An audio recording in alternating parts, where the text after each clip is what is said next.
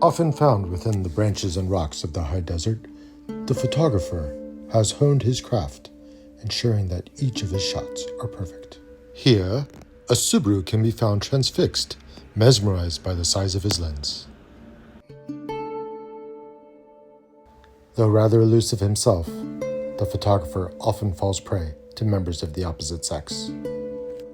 Often the photographer can be found shooting his bow, guns, and camera in no specific order. I shoot things with bullets and cameras and arrows. And... whatever has shooting. Yeah. Though little is known about how the photographer spends his free time, one thing's for sure, he can often be found in the company of his fast friends, doing off-road shit and having fun.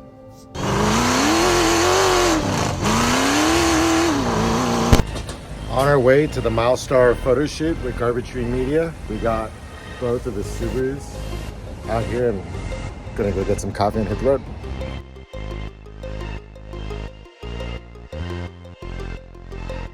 We're overlanders. Of course, every gas station stop deserves its own little crises, and we got to figure out why his power doesn't work.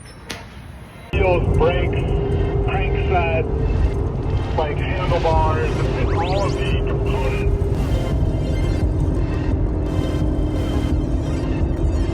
So we're over here at a soggy dry lake bed.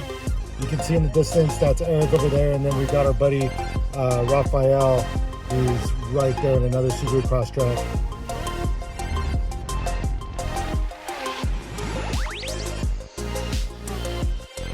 So that's Cale Bunker. He's the photographer for the agency. There's a couple other vehicles out today. There's another Subaru guy out here. His name's Raphael. There's Eric over there, getting video. All right, so Cale's like, can you go and basically kind of drift and have your ass kind of go through the mud back there? And I'm like, fuck, okay.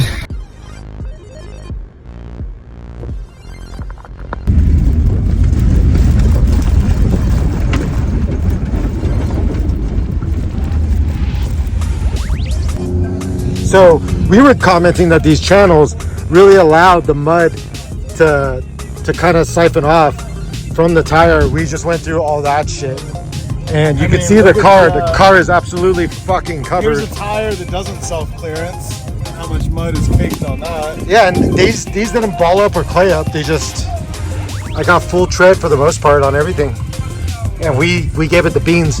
There's a wide enough gap in here that the weight of the mud is allowing it to self-clearance as the tire rotates, and you get pretty much tread pattern across the whole thing when everything else is caked up. You said something interesting about the cuts in the tread. It looks like the siping cuts come all the way down to the side, and I don't know if that extra flexibility of the lugs is helping just create that little bit of extra space, but there's a raised section here, and then siping cuts all the way to the bottom through the lug, allowing it to move in sections. And so every other one, you get this raised section and then no raised, and then a raised section. And that probably helps control noise while still helping clearance that thick clay mud. But as you can see, we're in the middle of a lake that normally isn't here. So when it gets wet, it kind of has a clay-like consistency to it. You can see the ground is cracking, which is typical of clay, not granite. Yeah, dude, but it's really fun to drive on. It's not sand. It's not going to be fun to clean that thing up, though. I think I'm going to have to cut some channels into the wheel tray here. Got a little bit of a dirty diaper there. This is how the day went for Eric and I. Your car looks real nice, but yeah. We talked before we came out here. You said no mud puddles, and I was like, why are we going to a soggy, dry lake bed? That's an oxymoron. It can't be soggy and dry.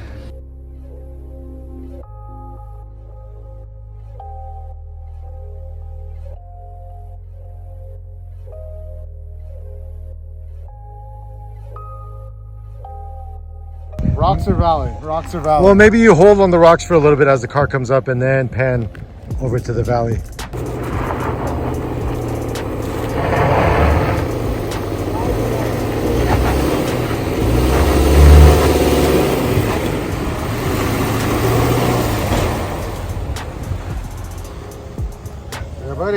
Oh, the vehicle didn't even struggle.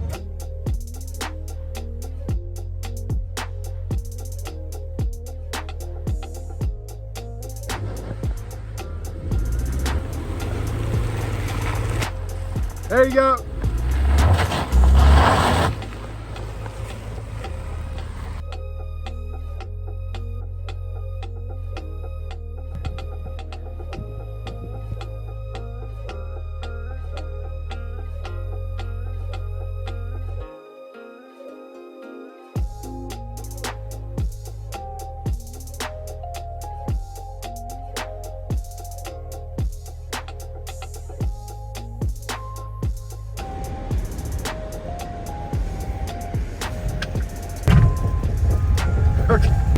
We've been driving at a pretty decent clip, and these Subarus are so much fun to drive on these washes at a decent speed.